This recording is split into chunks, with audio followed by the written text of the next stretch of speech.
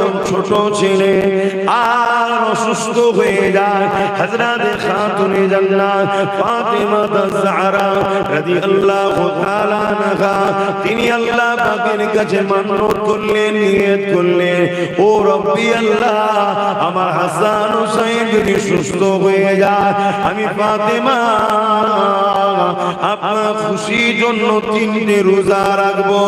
এই নিয়ে যখনই করলে আল্লাহ পাক ইমাম হাসান হুসাইনকে আল্লাহ পাক সুস্থ করে দিলে। এই খাতুনে জান্নাত রোজা রাখার নিয়তে রোজা রাখবে, স্বামীর সঙ্গে আলোচনা করে নিলে। হযরত মাওলা আলী তিনিও বলতে লাগলে, এ ফাতেমা আমিও রাখবো রোজা। দুজনা হয়ে গেল। ইমামে হাসান হুসাইন বললেন, আম্মা জান আমরাও রোজা রাখবো। 4 জন হয়ে গেল। বাড়িতে একজন কাজের মহিলা থাকে, যিনার নাম হলো হযরত ফিজ্জা। তিনিও বললেন, হুজুর আমিও রোজা রাখবো। 5 জন রোজা রাখলে সেহরি কি খাবে? খাবার কিছু নাই, তাই পানি খেয়ে সেহরি করে দিল। আজানের অপেক্ষায় বসে রয়েছে। হঠাৎ করে দরজার কোণে আওয়াজ এসে যায়, এ আহলে রাসূল, আমরা বড় ক্ষুধার্ত, আমি আপনার বাড়িতে কিছু থাকলে আমাকে দিন। শুনেছি আহলে রাসূলের দরবার থেকে কেউ খালি হাতে ফিরে যায় না। হযরত খাতুনে জান্নাত দেখলেন এই খাবারটা এত অল্প রয়েছে, ইফতারটা, ওই মানুষটাকে আদা যদি দেওয়া হয়, আদা যদি আমাদের জন্য রাখা হয়, মানুষটা ঠিকভাবে তৃপ্তি পাবে না। এই জন্য সম্পূর্ণ খাবারটা হযরত মাওলা আলীকে দিয়ে দিলেন। হযরত মাওলা আলী ওই খাবারটা নিয়ে যে গরীব মুসাফিরকে দিয়ে দিলেন। আমরা এটা করি।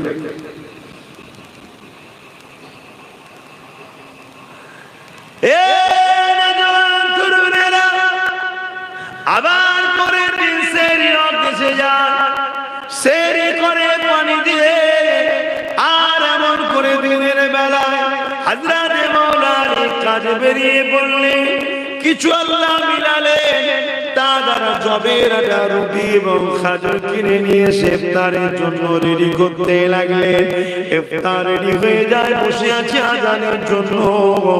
এমন সময় দ্বিতীয় দিনও দরজার গোড়ায় আবার একজন এসে বলতে লেগেছে, আমার রাসূল, এ খাতুনে জান্নাত, বাড়িতে যদি কেউ থাকে আমাদের জন্য পাঠান, আমি বড় ক্ষুধার্ত, খাবার যদি কিছু থাকে পাঠান।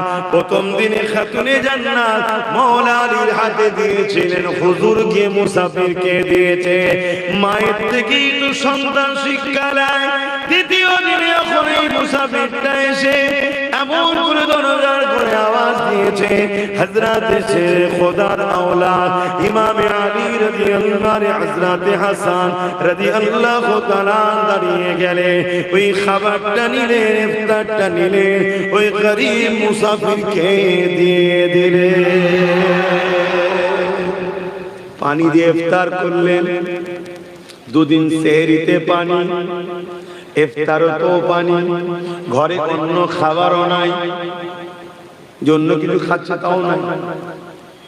হাই রে হাই রে হাই রে, দোনো জাহানের সুলতানের বেটির ঘরের কথা বলছি, যাকে আল্লাহ দোনো জাহানের বাদশাহী দিয়েছে। এ নওজোয়ান তরুণেরা, তৃতীয় দিনে হযরত মাওলা আলী আবার কাজে গেলে। কেন 3টে রোজা নিয়ত করেছিলেন, ওই 3 দিনের দিনে আবার কাজে গিয়ে শরীরটা বড় অসুস্থ হয়ে গেল। কাজ করতে বড় কষ্ট হলো।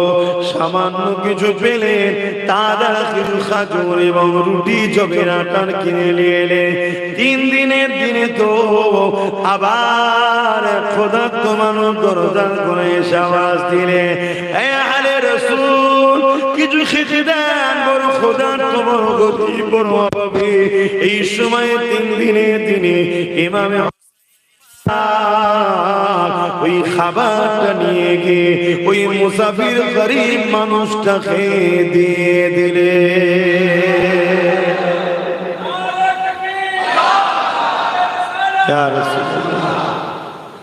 তাহলে 3 নম্বর দলটা এটা করে যেটা আমি করছি, বুঝতে পারছেন তো নাকি? এবার আপনাদের ব্রেনে তো ঢুকাতে হবে কি হচ্ছে সমাজে, এটা তো মাথায় ঢুকাতে হবে। কেন ধর্মের মধ্যে আল্লাহ রাসূল বললেন আমার উম্মত দাবিদারদের মধ্যে 73টা দল হবে, 72 দল জাহান্নামে যাবে, একটা দল জান্নাতে যাবে। সেই দলের নাম আহলে সুন্নাত ওয়াল জামাআহ। আহলে সুন্নাত ওয়াল জামাআতের আকীদা হলো ইমামে হাসান হুসাইনকে ভালোবাসা, তিনার আলোচনা সভা করা, তিনার যে বাস্তব জীবন ছিল সেই জীবনকে অনুসরণ করা, না হুজুরের বিরুদ্ধে দাঁড়ানো, না হুজুরের নামে ঢোল তবলা নিয়ে ছেলে মেয়ে একসাথে হই হই করে। এটা আহলে সুন্নাত ওয়াল জামাআতের আকীদা নয়, এটা অন্য কারো আকীদা। কিন্তু আমাদের ঘরের ছেলেরা, আহলে সুন্নাত ওয়াল জামাতের ছেলেরা দেখা দেখি হোসাইনি মোহাব্বত করতে গিয়ে এই জিদি কাজ করে ফেলছে। এটা আমাদেরকে বুঝে চলতে হবে। আসেন আগে যায় আমাদের ইমাম পাককে আল্লাহ পাক কি নিয়ামত করেছিলেন শুনে রেখে দেন।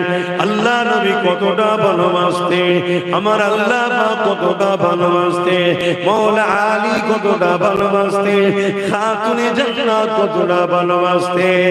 এই যুবকেরা তরুণেরা, এক তারিখে ইমামে হাসান হুসাইন দুই ভাই হাতের লেখা করেছে। তৎকালীন সময় যে চামড়ার উপরে যে পদ্ধতিতে লেখা হতো, ওই হাতের লেখা করে নিয়ে আম্মা জানের কাছে দুই ভাই সে হাজির হয়েছে। আম্মা জান, কার হাতের লেখাটা ভালো একটু বলো, কার হাতের লেখাটা একটু ভালো বলো। হযরতে খাতুনে জান্নাত দেখতে লেগেছে। আমি যদি বলি হাসানের লেখাটা ভালো, হোসাইন মনে দুঃখ করবে। হোসাইনের পক্ষ যদি নি, হাসান বড় দুঃখ করবে। এই জন্য খাতুনে জান্নাত বললে বাবা তোমরা তোমাদের আব্বা জান মাওলা আলীর কাছে চলে যাও। হযরতে মাওলা আলীর কাছে বাচ্চাগুলো চলে গেলে, আব্বা জান আমাদের দুই ভাইয়ের মধ্যে হাতে লেখাটা কার বেশি ভালো বলে।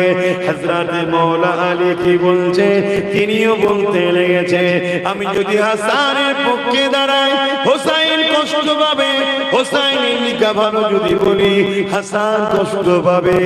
এ যুবকেরা, আমাদের মুখ দিয়ে যদি এমন একটা কথা বেরিয়ে যায় হোসাইন হুজুর না কারবালায় যাবে না শহীদ হবে, কি জন্য যাওয়া দরকার ছিল? এটা কি হুজুর কষ্ট পাবে না পাবে না? আমরা কি খাতুনে জান্নাতের থেকে বেশি বুঝি? হ্যাঁ, তিনি মা হয়ে বাচ্চা দুটোকে কষ্ট দিতে চাইছেন, তার মধ্যে থেকে একটা ভাবে দেখুন ওই ছোট বাচ্চাদের হাতে ফোন দিয়েছে কে?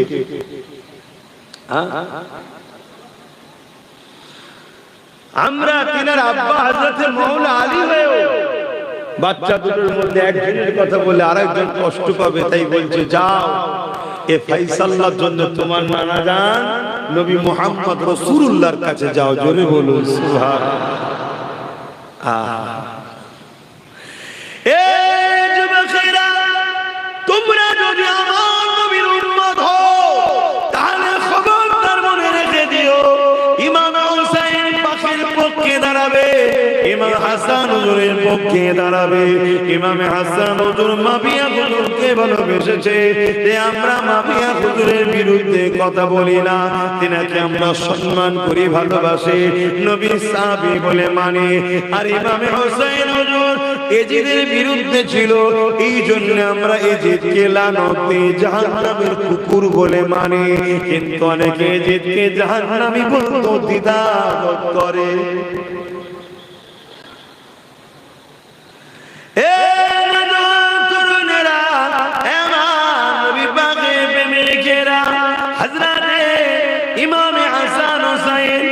নানা জানের কাছে চলে গেলে নানা জান কার হাতে লেখাটা বেশি ভালো বলেন, ইমামে হাসানের না ইমামে হোসাইনের, কার হাতে লেখাটা ভালো বলে? এই সময়তে দুর্গন্ধ হচ্ছে।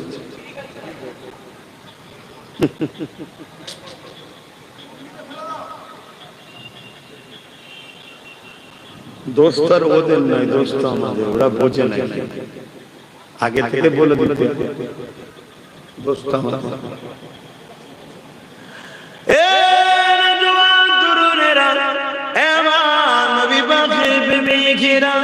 ইমামে হাসান হুসাইন নানা জানের কাছে গিয়ে বলতে লাগলেন, নানা জান কার হাতে লেখাটা ভালো বলেন, কার হাতে লেখাটা সুন্দর বলেন?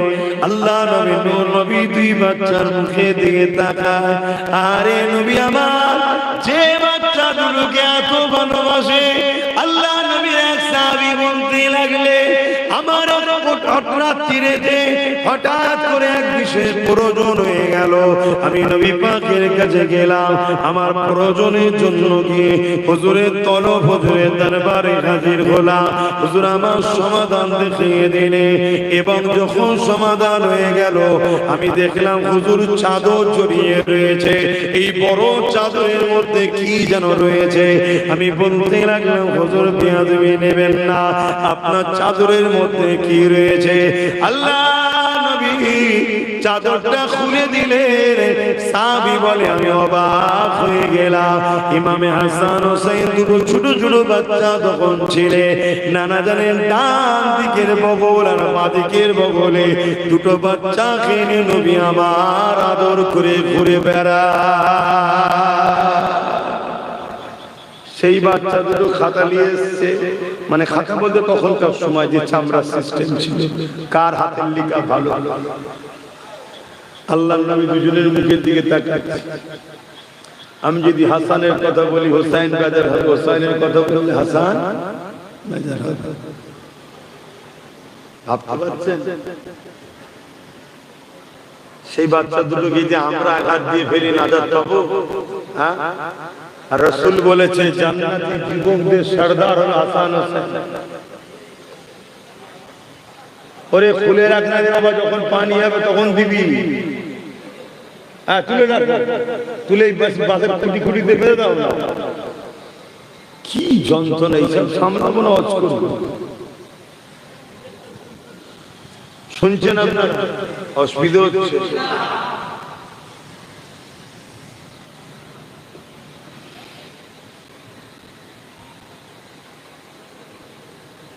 আল্লাহ নবী নূর নবী দয়াল নবী যে বাচ্চাগুলোকে এত ভালোবাসতেন, কার দিকে হুজুর সাপোর্ট করবে?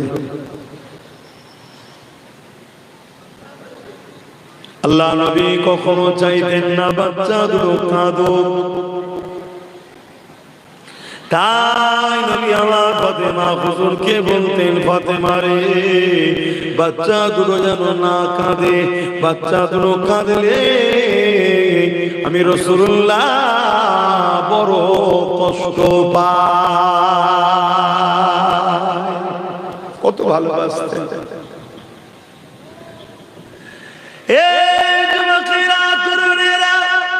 হাসান হুসাইনের কথা আলোচনা করা, হাসান হুসাইন হুজুরকে মহব্বত করা, এবং হাসান হুসাইন হুজুরের কথা শুনে চোখ দিয়ে পানি বার করা, এটা দুনিয়ার মানুষ রেখে দাও।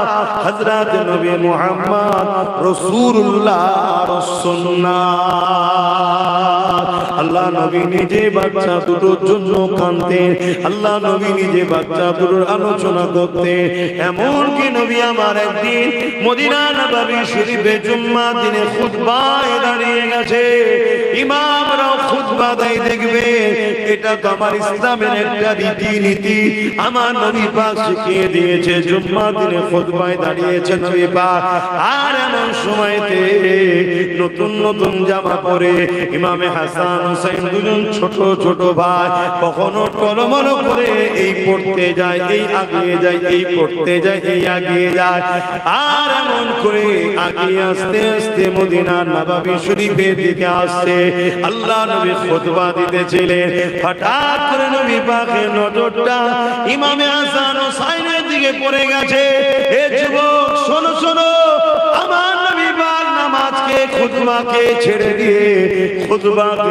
দিয়ে নবী আমার আর কাতারকে চিরে চিরে তাড়াতাড়ি আগিয়ে এসে ইমামে হাসান হুসাইনকে বুকে জড়িয়ে ধরে নিয়ে গিয়ে খুতবার মিম্বারে বসিয়ে দিয়ে নবী আবার খুতবা শুরু করেছে।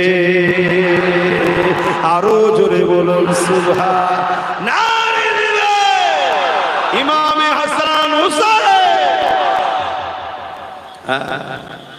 আজকে প্রকাশ্য কেউ দুশ্মনী করছে তিনাকে নিয়ে, আবার তিনাদের নাম দিয়ে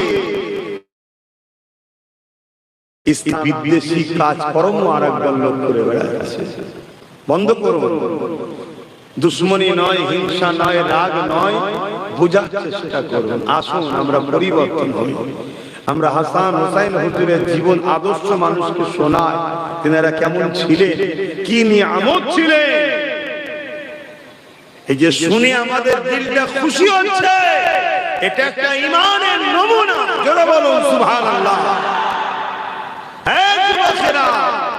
জানো না আল্লাহর নবী ছোটবেলায় বলেছে, তখন ছোট ছোট ছিল সাহাবারা, এই দুটো বাচ্চা দেখছো, এই দুটো হলো জান্নাতি যুবকদের সর্দার। জোরে বলুন সুবহানাল্লাহ। আর আমরা তো অপর দিকে শুনেছি জান্নাতে কোনো বুড়ো যাবে না, সব যুবক আলে যাবে। বুড়োকেও আল্লাহ যুবক করে দেবে, তাই তো নাকি? তাহলে জান্নাতি যুবকদের সর্দার বলছে, আর সবই তো যুবকই জান্নাতে যাবে, তাহলে কি মানে দাঁড়াচ্ছে? সবার সর্দার। জোরে বলুন সুবহানাল্লাহ। তো সর্দার বিনা হুকুমে তো ঢোকাও যাবে না। হ্যাঁ, আমরা দেখেছি স্কুলে যদি কেউ হেডমাস্টার কাউকে চাইলে স্কুলে টিসিও দিতে পারে, কাউকে অ্যালাউ করতে পারে। কি এটা একটা হেডমাস্টারের হাতে আমরা পাওয়ার দিতে পারি। আল্লাহ জিনাকে পাওয়ার দিচ্ছে, জান্নাতের সর্দার, তাকে বেজার করে জান্নাত যাবে কি করে? অতএব বিরোধী না করে, হিংসা না করে, গালিগালাজ না করে একটু ভাবেন, একটু ঠান্ডা মাথায় ভাবেন যে আমরা কি করছি। আমরা এই ঈদের পক্ষে যাচ্ছি না তো, আমরা কি করছি? হোসাইনের মহব্বতের নামে হোসাইন হুজুরকে বদনাম করে ফেলেছি না তো? একটু ভাবতে হবে। কথা মাথায় ঢুকছে? যদি না ভাবতে পারি, আমি আমার হুজুর যা বলেছে তাই, আমি আমার হুজুর যা বলেছে তাই, এই দিকেই থাকবে, কি হবে?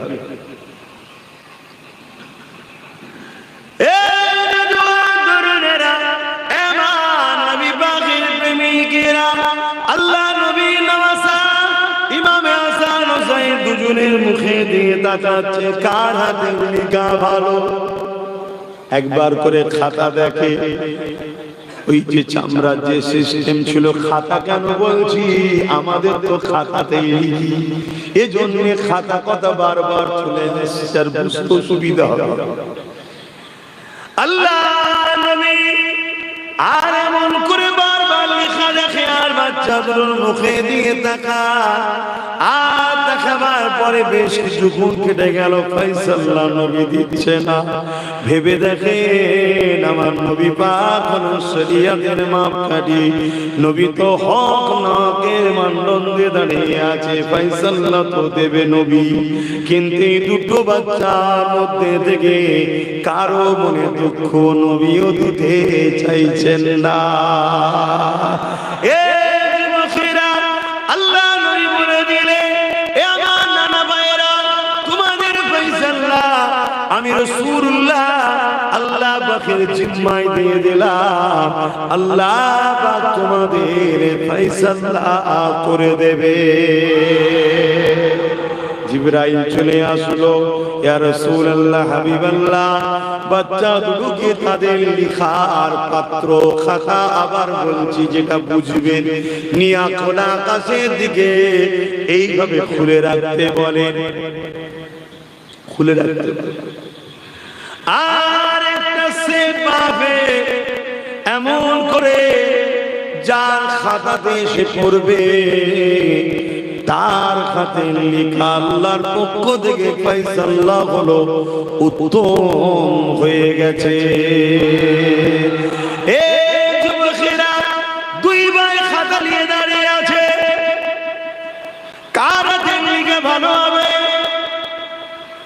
খাতুনে জান্নাত অপেক্ষা করছে, আল্লাহ তার পক্ষে ফয়সালা দেয়। আমরা তো পারলাম না, মাওলা আলীও দেখছে কার পক্ষে হয়। দোনো জাহানের সুলতান নবী আমারও ইন্তজারে আল্লাহ কার হাতে লিখার পক্ষে দাঁড়িয়ে যায়। এ যুবকেরা, তরুণীরা, বাপেরা, তবে হ্যাঁ মনে রাখবেন, আমার নবী পাক আল্লাহ পাক সব কিছুই জানিয়ে দিয়েছে। এই নওজোয়ান তরুণেরা, এমন সময় দেখা যায় ওই যে একটা আপেল মাসে বড় একটা ফল, যার খাতাতে এসে পড়বে তার হাতে লেখা উত্তম বলে প্রমাণ হবে। কিন্তু সবে অবাক হয়ে গেল, একটা আপেল বা ফলটা ফুটা একজনের খাতায় পড়লো না। আল্লাহ বলে দিল, জিবরাইল রে, এই বাচ্চা দুটোকে আমিও ভালোবাসি, কারো মনে দুঃখ দিতে চাই না, যা ফলটাকে দুটুকরো করে দুজনের খাতাতেই ফেলে দে। আমি আল্লাহ আমার কাছে দুজনের হাতে লেখাই সমান পছন্দ। আরো জোরে বলো, নারে তাকবীর। ইমামে হাসান হুসাইন সুহাদায়ে কারবালা, হ্যাঁ তারা জিন্দাবাদ, জিন্দাই আছে। আরে মরে তো গেছে এজিদ, লানত এজিদের উপর, জাহান্নামের কুকুরতে এজিদ। সুহাদায়ে কারবালা যারা হয়েছেন হুসাইন পাকের পক্ষে, নানার পক্ষে, আল্লাহর পক্ষে, তারা তো জিন্দা রয়েছে। জোরে বলুন সুবহান। আমরা কি মহব্বত করি তিনাদেরকে? কথা বলে, আল্লাহ যিনাকে মহব্বত করে, আমরা কি মহব্বত করি তিনাদের ঘরে? একটু সরাসরি দেখবেন কতটা মহব্বত করি, জানের থেকে বেশি না কম? একটু হাত তুলে বলুন কারা জানের থেকে বেশি মহব্বত করে। এ হাত সত্য, এ হাত সত্য। আপনারা কতটা সত্য একটু চেক করে দেখি তো। একজন ইমাম হাসান হুজুরের পক্ষে, একজন হোসেন হুজুরের পক্ষে। হুজুরের এই মাহফিল সামনে বছরে হবে 5,000 করে টাকা দিতে পারবে? দেখি কোন দুটো ছেলের হাত হাতে বা কার হাত ওঠে, দেখি দুটো। ব্যাস, এত টেনশনে পড়ে গেলেন কেন? 5,000 টাকার কি মূল্য আছে? বেশি বলে ফেলেছি। দেখেন একটা উঠে গেছে, ওনার সাথে আর একটা উঠুন, তারপরে দুজনের একসাথে দেখবেন আর একটা কি আছে। এটাই তো বাবা টেস্ট রে বাবা। দাদা হুজুর জিন্দাবাদ, দাদা হুজুর জিন্দাবাদ। আইরে বাবা, নলেজ দিতে দেন 1,000 টাকা করে বছরে, সব পালাচ্ছে। তখন পালাচ্ছে মুরিদ। হ্যাঁ, 1000 মসজিদে দান করছো, ভালো কথা। 1000 মাদ্রাসায় দান করছো, ভালো কথা। তোমার পীরের সেন্টারে যেখানে একটা এত বড় শিক্ষা প্রতিষ্ঠান হচ্ছে, বছরে 1000 করে টাকা দাতা হতে পারো না? মুরিদ দাবি করো না? বলেন আজকে পরীক্ষা হোক, ইমামে হোসাইন পাক হুজুরের মহব্বতে, হাসান পাক হুজুরের মহব্বতে একটা হাত উঠেছে, আর একটা কি আছে দেখি। 5,000 টাকা দিতে পারবে? 5,000 টাকা এমন বেশি নয় তো বাবা, 1 বছর পরে দেবে। এই বাচ্চা দেবে বলছে নাকি? হ্যাঁ, আরে তোকে ইমাম হাসান হোসেন হুজুরের খাদেম হিসেবে আল্লাহ জান্নাত নসিব করুক, বলুন আমিন। তো দুনিয়ায় নসিব বড় করুক, নেক হায়াত তারা শুনে আল্লাহুম্মা আমিন। দেখো দুজন মানুষ ঠিক বেরোলো, তাহলে মহব্বত আছে, নেই নাই? আছে। কে বলেছে? কথা বুঝে আসছে? তা কি আপনারা দিবার ইরাদাই হাত তুলে চলছো নাকি? বলুন না, এই বাচ্চার পক্ষ থেকে তার বাপ বলুন, দিবার ইরাদাই তো নাকি সামনে বছর হুজুরের স্মৃতি আবার হবে, অসুবিধা আছে? পিছনে আর একজনকে হাত তুলেছিল, দিবার ইরাদাই। যাও এখান থেকে যাও, চেনো নাম চেনো, আলি গেল। কত টাকা কত দিকে চলে গেছে।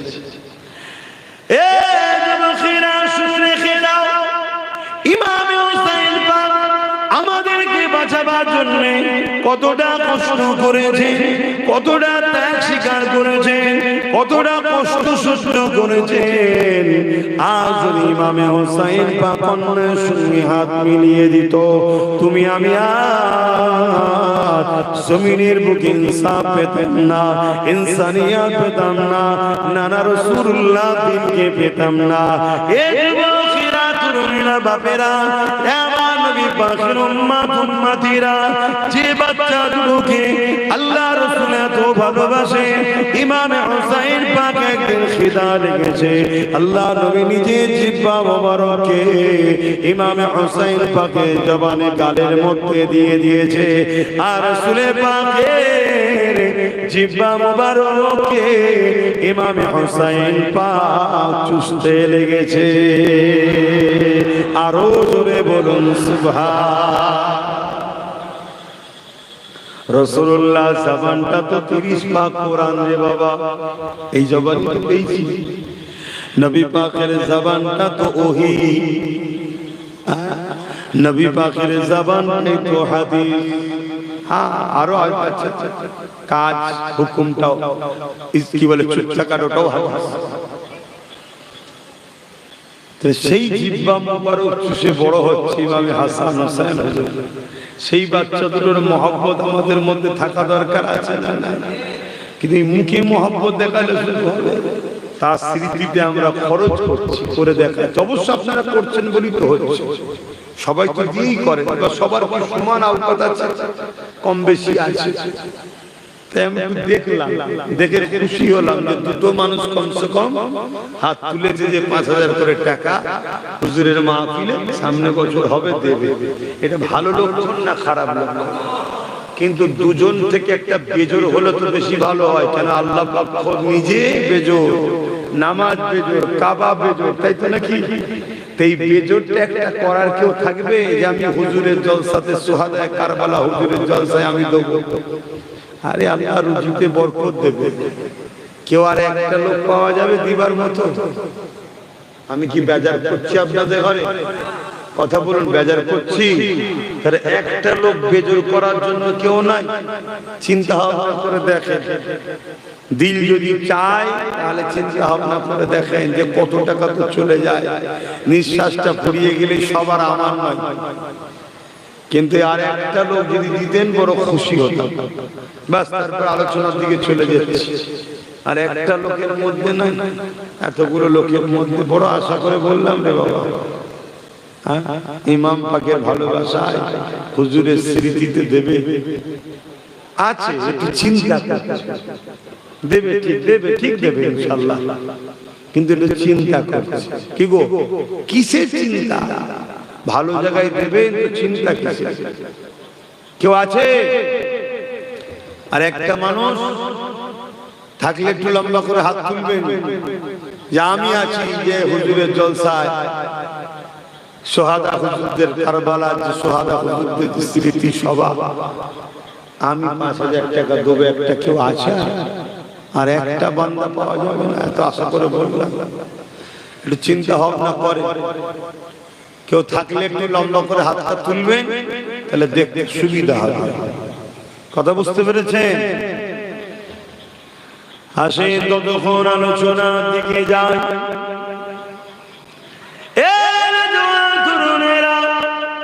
কারবালার একচুয়ালি ইতিহাসটা কি? হযরত মাবিয়া হুজুর আমার নবী পাকের একজন সাহাবী ছিলেন, তেনাকে আমরা সাহাবী বলি। মানে তিনি ইন্তেকালের পরে জোর করে এজিদরা সিংহাসন দখল করে নেয়।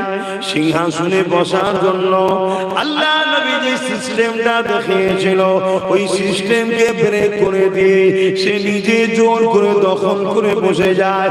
এই দখল করে বসে যাওয়ার দরুন সে বিভিন্ন গভর্নরের কাছে চিঠি করে দেয়, আমি এজিদ রাজত্ব দখল করেছি, আমার পক্ষ থেকে বায়াত নাও। যে বায়াত নেবে না তার উপরে শক্ত ব্যবহার করো, যদি তাও না শুনে তাকে হত্যা করে দাও। এই যুবকের এই যে জুলুম, ইসলাম তো জুলুমকে মিটাবার না।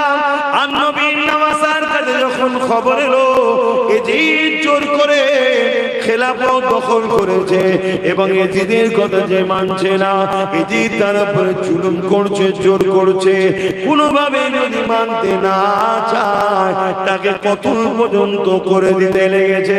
ইমামে হুসাইন পাকের কাছে সাহাবা হুজুররা জিজ্ঞাসা করলেন, ভাই আপনি কি এজিদকে সাপোর্ট করবেন? এজিদকে কি আপনি সাপোর্ট করবেন?